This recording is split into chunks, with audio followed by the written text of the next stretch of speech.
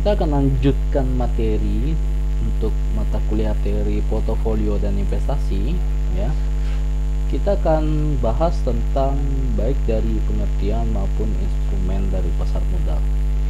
Tapi sebelum saya masuk ke slide lebih mendalam ya, saya akan jelaskan terlebih dahulu tentang pasar modal dari era globalisasi ya. Sejak usainya Perang Dingin pada dekade tahun 1990-an, tata ekonomi dunia mulai berubah. Dari semula ada dua kubu ekonomi, yaitu ekonomi komunis dan ekonomi kapitalis. Kemudian, sebagian besar negara menganut sistem ekonomi pasar dan hanya beberapa negara saja yang masih menganut sistem ekonomi komunis. Ya, negara-negara yang semula menganut paham dari ekonomi komunis dan kemudian berubah menjadi ekonomi pasar, yaitu Rusia, China, Rumania, Hungaria, dan Polandia. Sementara negara yang masih menganut sistem ekonomi komunis adalah seperti Korea Utara dan Kuba ya. Karakteristik utama dari negara yang menganut dari sistem ekonomi pasar tercermin dari adanya bursa efek dan kegiatan ekonomi yang dimiliki serta digerakkan oleh pihak dari swasta. Karakteristik ekonomi komunis tampak pada tidak adanya bursa efek yang pertama. Yang kedua, kegiatan ekonomi dimiliki serta digerakkan oleh negara. Kemudian yang ketiga, tidak ada kegiatan ekonomi yang dimiliki oleh swasta, jadi semuanya oleh pemerintah ya. Dalam era globalisasi, setiap negara harus tunduk pada peraturan organisasi ekonomi regional dan organisasi ekonomi dunia, serta tidak bebas lagi atau terlarang dalam menentukan aturan main dan yang bertentangan atau yang tidak sesuai dengan aturan internasional yang telah disepakati. Setiap negara akan berusaha melakukan efisiensi atau menghilangkan ekonomi biaya tinggi agar dapat bersaing dalam harga. Setiap negara akan melakukan inovasi produk, memperbaiki pelayanan pernah jual, ataupun melakukan merger, konsolidasi, akuisisi, aliansi, dan kerjasama bilateral antar perusahaan dalam bentuk apapun agar dapat menang di dalam suatu persaingan. Salah satu cara untuk menekan biaya tinggi adalah menggiring perusahaan swasta masuk ke dalam pasar modal agar struktur modal perusahaan akan menjadi lebih baik, menjadi lebih efisien dan lebih terkendali oleh masyarakat, serta privatisasi dari badan usaha milik negara atau BUMN untuk menghapuskan beban berat yang ditanggung oleh anggaran pendapatan dan belanja negara atau APBN. Karena kebanyakan BUMN saat ini menderita kerugian yang disebabkan oleh salah urus ya, ada salah dalam proses pengelolaan sehingga kebanyakan BUMN itu mengalami kerugian ya. Dalam era globalisasi, kegiatan ekonomi suatu negara dapat melampaui batas-batas negara secara fisik karena setiap negara yang telah menandatangani kerjasama internasional, misalnya dengan WTO, terikat oleh hukum internasional dan tidak mungkin lagi membuat perundangan sendiri yang bertentangan dengan hukum internasional walaupun untuk tujuan yang baik, yaitu mengatur untuk kepentingan negara sendiri. Suatu pelanggaran terhadap hukum internasional akan menghadapi hukuman internasional yang serius. Pemerintah suatu negara dalam membangun ekonomi hendaknya melihat ke depan dan menganggap sejarah buruk pembangunan ekonomi dari masa lalu dan sejarah buruk politik dari masa lalu juga. Itu dipastikan tidak terulang kembali, baik dari pembangunan ekonomi yang buruk maupun pembangunan politik yang buruk. Kondisi politik dan ekonomi di masa depan sangat berbeda dengan di masa yang akan lalu. Masa lalu kita biarkanlah berlalu. Sekarang kita fokus untuk menghadapi tantangan di masa yang akan datang untuk keluar dari garis kemiskinan. Masa depan adalah masa yang untuk memenangkan dari persaingan global. Masa depan adalah masa dari kualitas sumber daya manusia serta masa berpikir secara kritis. Masa depan adalah masa dari kecanggihan teknologi dan informasi. Ya. Oke, kita lanjut ya.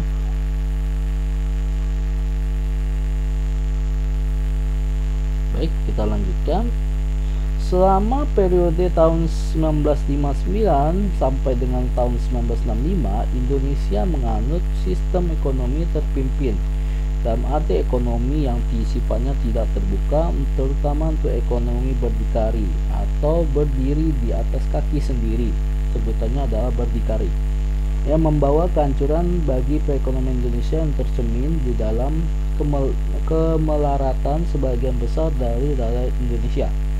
Sejak tahun 1966 dimulai babak baru dengan diterapkannya sistem perekonomian terbuka oleh pemerintah Orde Baru dengan mengundang investor asing untuk beroperasi di Indonesia dan memberikan insentif bagi investor domestik yang menanamkan modalnya di Indonesia. Peran APBN yaitu sangat besar ya, yaitu sekitar 70% terhadap pembangunan perekonomian sampai pada tahun 1977. Pertumbuhan ekonomi digerakkan oleh konsep demand side, yaitu teori yang dikembangkan oleh John Maynard Keynes yang menyatakan bahwa pemerintah harus menciptakan permintaan agar pabrik-pabrik itu dapat berproduksi. Penciptaan demand ini tak lain adalah tujuannya untuk memperbesar dari APBN, sehingga pengeluaran pemerintah akan mendorong peningkatan kegiatan ekonomi, dan hal ini sering kita sebut dengan demand create supply.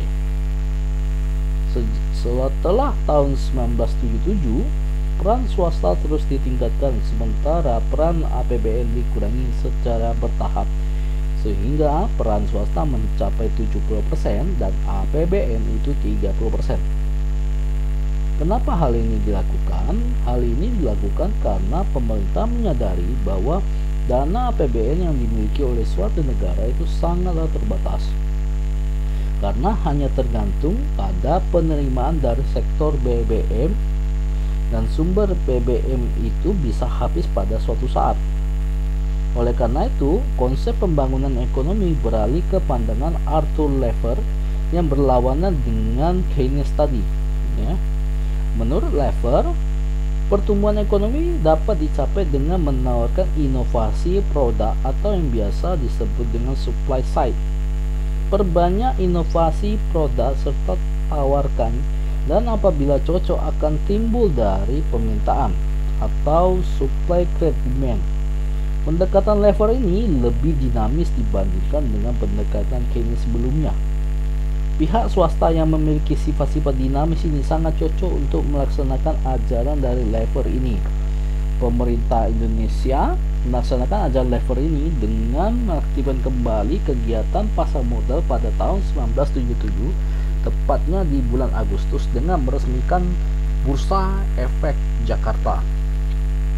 Namun sayang, pada sampai tahun 1988, emiten saham yang tercatat selama 11 tahun terakhir hanya 24 perusahaan.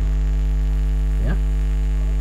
Sejak awal tahun 1989, pasar modal Indonesia mulai bangkit dari tidurnya dan bergerak cepat seiring dengan kebangkitan dari era globalisasi yang diawali oleh perubahan drastis dari sistem ekonomi komunis ke sistem ekonomi pasar di negara-negara eks-komunis. Semakin hari, pasar modal semakin besar karena peran swasta meningkat tajam selama satu window, yaitu 8 tahun di perkiraan di tahun 1989 sampai dengan 1997. Namun, peran swasta yang sangat besar ini tidak terkontrol dengan baik, sehingga pihak swasta memiliki utang valuta asing sebesar 75 miliar US dollar yang seimbang besarnya dengan utang pemerintah dalam valuta asing. Pemerintah juga kehilangan kontrol terhadap keuangan negara karena banyaknya koruptor yang dibiarkan bebas sehingga menyebabkan kreditor asing kehilangan kepercayaan terhadap Indonesia, baik terhadap pihak swasta maupun dalam pihak pemerintah. Kreditor asing menarik kembali pinjaman yang telah diberikan kepada pihak swasta yang pada umumnya berjangka pendek, tetapi dapat diperpanjang lagi, dapat di roll over. Akan tetapi kali ini kreditor asing menolak memberikan perpanjangan. Akibatnya pihak swasta berebut dolar dan kurs dolar naik secara tidak terkendali. Inilah awal dari kebangkrutan ekonomi Indonesia yang terjadi pada tahun Juli 1997. Namun juga perlu diketahui bahwa resesi ekonomi di Indonesia tidak terlepas dari rentetan depresiasi mata uang regional yang diawali dari Thailand, Malaysia, Singapura, dan Filipina. Indonesia termasuk yang paling parah karena paling lama sembuhnya, dan sampai pada akhir 2003 baru ada tampak tanda-tanda recovery, yaitu keluar dari depresi ekonomi. Pengalaman pahit di bidang keuangan, terutama kenaikan kurs valuta asing yang tidak terkendali sejak resesi pada awal Juli 1997, yaitu kurs pada di posisi 2.450 pada bulan Juni 1997 melonjak hingga 14.900 per 1 US dollar pada tahun Juni 1998. Telah membuat pemerintah, dalam hal ini Bank Indonesia sebagai bank sentral, terkena sindrom ketakutan fluktuasi dolar. Pandangan pemerintah menurut konsep pembangunan ekonomi beralih dari supply side menjadi monetary side menurut ajaran Milton Friedman. Bank Indonesia melakukan penjagaan terhadap fluktuasi nilai dolar secara terus-menerus dengan cara mengintervensi pasar apabila terjadi penurunan atau kenaikan nilai dolar, walaupun disadari bahwa kemampuan intervensi pasar yang dimilikinya sangat terbatas atau tidak akan efektif dan bahkan dapat menghambat pembangunan dari ekonomi. Pemerintah harus tetap berupaya meningkatkan masuknya investor asing baik dari sektor real maupun di sektor keuangan, sehingga dolar mengalir masuk ke Indonesia dan menciptakan lapangan kerja yang baru dengan cara menjaga kestabilan politik dan keamanan dalam negeri yang sangat diharapkan oleh para investor. Dengan kata lain, konsep monetary side dan supply side dilaksanakan secara bersamaan. Untuk mengurangi gejolak kurs valuta asing, pemerintah sebaiknya melakukan peningkatan peran dari bursa berjangka agar investor dapat melakukan hedging terhadap mata uang asing dan tidak mengganggu peredaran valuta asing yang dapat dikendalikan oleh Bank Indonesia. Di dalam hal ini juga penting bagi spekulan valuta asing. Baik, kemudian kita lanjut masih kita belum masuk ke slide, tapi saya akan menjelaskan dulu tentang dari faktor-faktor yang mempengaruhi dari investor internasional. Setiap negara yang ingin mencapai kemajuan seperti yang dialami oleh negara maju harus memahami cara-cara yang telah ditempuh oleh negara maju. Setiap negara berkembang akan saling berlomba mendapatkan investor internasional untuk mencapai kemajuan yang diidamkan. Beberapa faktor yang harus dipertimbangkan oleh investor internasional untuk melakukan investasi di suatu negara, yaitu prakondisi, yaitu sebagai berikut. Yang pertama itu adalah tentang stabilitas politik. Tolak ukur stabilitas politik bagi investor internasional antara lain adalah pergantian pimpinan negara tanpa gejolak berdarah, pergantian pimpinan negara seusai masa jabatan, tidak terjadi konflik antara pemerintah dan lembaga wakil rakyat. Itu yang untuk stabilitas ekonomi. Masih yang keempat adalah pemilihan umum berjalan dengan aman. Yang kelima, tidak sering terjadi demonstrasi antara lembaga swadaya masyarakat, organisasi buruh, atau mahasiswa terhadap pemerintah atau lembaga wakil rakyat. Ini bicara tentang stabilitas politik. Yang kedua, tentang konsistensi penegakan hukum.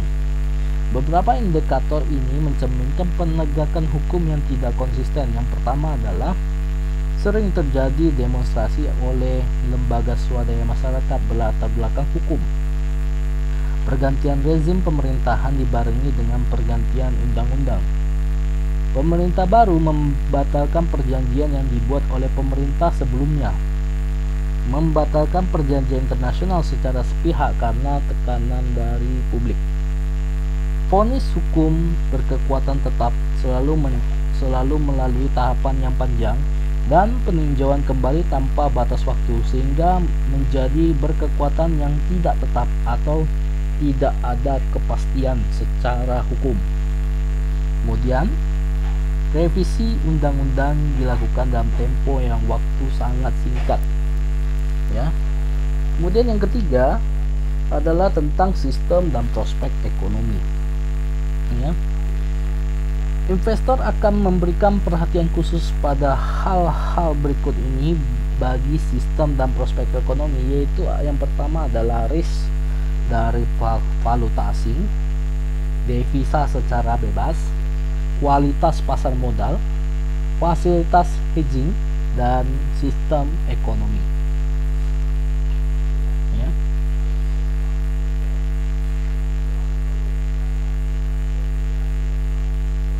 Oke, yang keempat adalah masalah tentang keadilan sosial.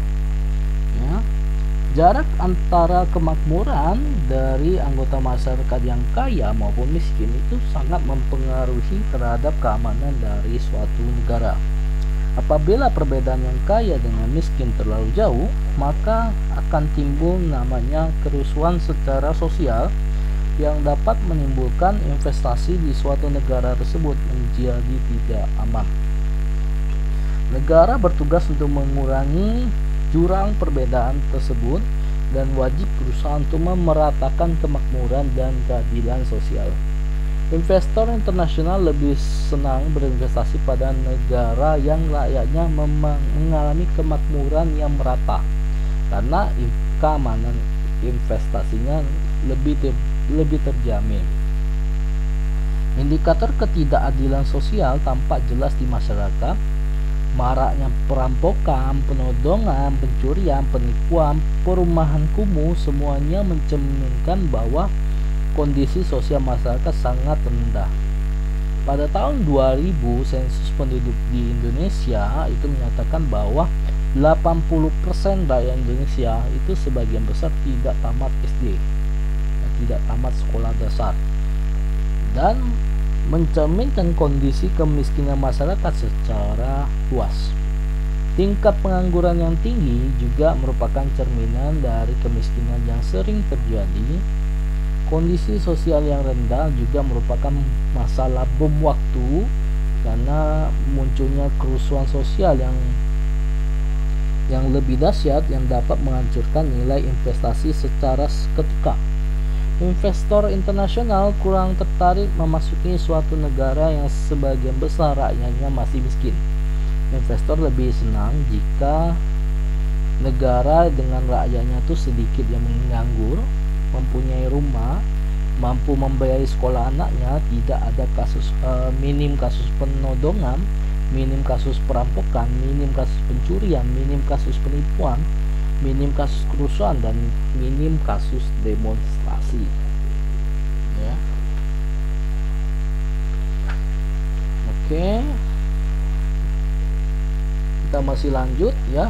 Sekarang kita yang tadi kita banyak bahas itu selama hampir 20 menit ini adalah kita lebih banyak bahas tentang pasar dari secara internasional dari dalam era globalisasi. Nah, kali ini kita akan fokus ke pasar modal negara maju. Saya masih belum masuk ke slide ya, karena ini saya masih harus menjelaskan sedikit historical yang ada di masa lalu supaya karena memang pemahaman di sini juga perlu memandang sejarah masa lalu itu seperti apa. Baik, kita akan masuk ke bagian pasar modal dari negara maju. Nah, negara maju akan semakin maju karena kebanjiran dana investor internasional.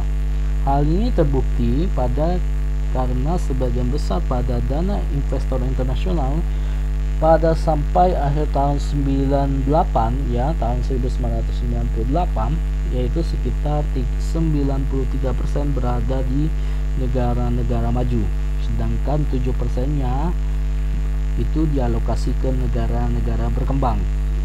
Dari segi jumlah penduduk, negara maju yang jumlahnya penduduk relatif sedikit menerima dana investasi yang sangat besar, sedangkan negara berkembang yang memiliki jumlah penduduk yang sangat besar menerima dana investasi yang sangat kecil ya.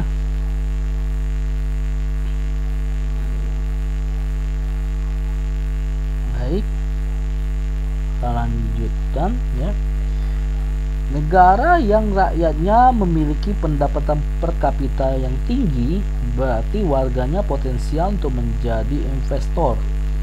Salah satunya itu adalah Hong Kong, Jepang, dan Singapura, merupakan 3 negara Asia yang tergolong negara yang sangat maju di bidang ekonomi ya.